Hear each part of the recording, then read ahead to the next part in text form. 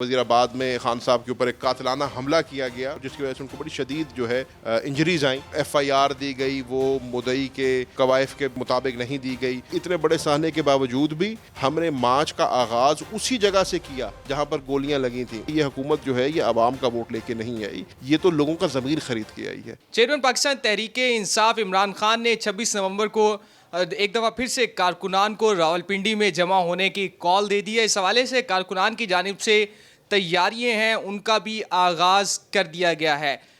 جو long march کو ایک دفعہ پھر سے عمران خان لیڈ کریں گے, تو اس حوالے سے ہمارے ساتھ بات کرنے کے لیے ایم پی اے زین قریشی موجود ہیں جو سینئر وائس پریزیڈنٹ بھی ہیں ساؤتھ پنجاب کے, اور تمام جو نوجوان ہیں انہیں بھی متحرک کیا جا رہا ہے. ایک دفعہ پھر سے جو پلاننگ کی جا رہی ہے کہ قافلے کس طرح سے روانہ ہوں گے, تو زین قریشی صاحب ہمارے ساتھ موجود ہیں, ان سے ہم بات کرتے ہیں. زین صاحب بتائیے گا کیا تیاری ہے, ایک دفعہ پھر سے چیئرمین صاحب نے کال دے دی ہے, کس طرح سے روانہ ہوں گے؟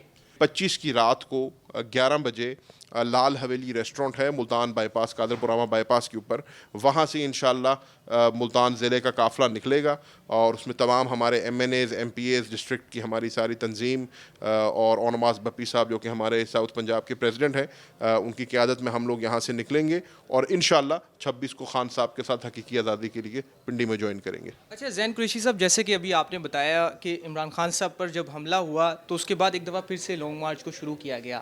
شاہ محمود قریشی صاحب اس کو لیڈ کرتے رہے, مختلف شہروں میں گئے, تو کتنا مشکل تھا ایسے میں کہ چیئرمین پر حملہ ہوتا ہے, سیکیورٹی کے کنسرنز بھی تھے, لیکن شاہ محمود صاحب نے پھر بھی اس لانگ مارچ کو لیڈ کیا.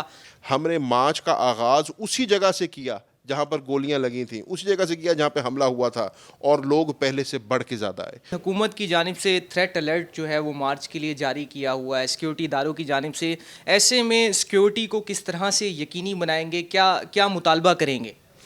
میرے سمجھنے میں اگر تھریٹ الرٹس کو دیکھ کے ہم نے کام کرنا ہوتا تو پھر ہم یہ مارچ کبھی بھی اپنے انجام تک نہ پہنچتا. آخری سوال یہ ہے کہ آپ ممبر صوبائی اسمبلی بھی ہیں, ایم این اے ہوا کرتے تھے, آپ ممبر صوبائی اسمبلی ہیں, تو آپ کی پنجاب میں بھی حکومت ہے, کے پی کے میں بھی حکومت ہے, کشمیر میں بھی حکومت ہے.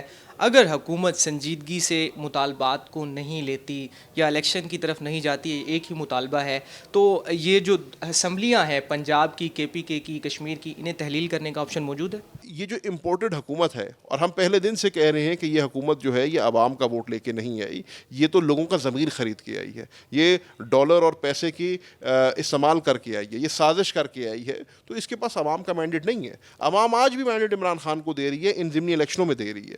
تو اگر اس ملک کے سیاسی نظام کو ہم نے ٹھیک کرنا ہے جو کہ اس وقت ڈسفنکشنل ہو چکا ہے, تو اس کا صرف ایک ہی حل ہے, اور وہ حل یہ ہے کہ اس ملک میں عام انتخابات کرائے جائیں.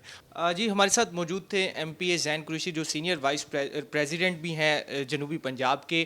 تو ان کا یہی کہنا ہے کہ جو عمران خان نے کال دی ہے پنڈی کے حوالے سے, یہ پاکستان کی سب سے بڑی ریلی ہوگی, اور جنوبی پنجاب نے بھرپور انداز میں, جو جنوبی پنجاب کی جو قیادت ہے پاکستان تحریک انصاف کی, اس نے تیاری کر لی ہے کہ بھرپور انداز میں اس میں شرکت کی جائے گی. اور ایک ہی مطالبہ ہے, جب تک یہ مطالبہ پورا نہیں ہوگا جنرل الیکشن کی اناؤنسمنٹ کا, تب تک وہاں پر جو دھرنا ہے, ریلی ہے, وہ اسی طرح سے جاری رہے گی.